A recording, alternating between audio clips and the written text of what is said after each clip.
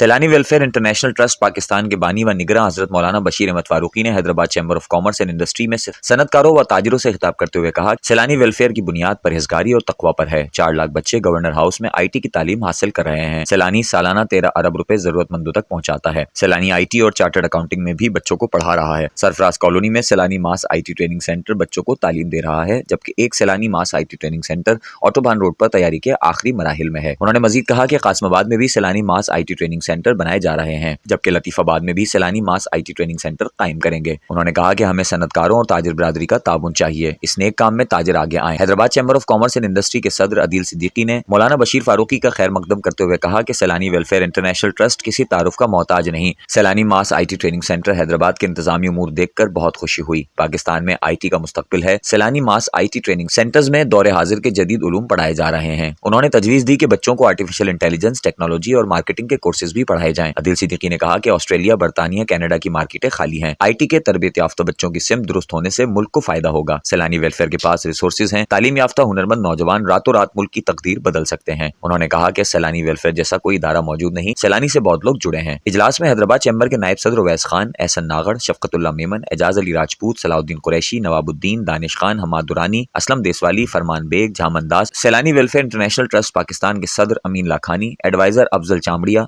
सैलानी welfare Hyderabad reason के निगरां जाकिर उमर आराइन के अलावा शकील बेग, फैसल कादरी, इम्तियाज अली व दीगर भी मौजूद थे।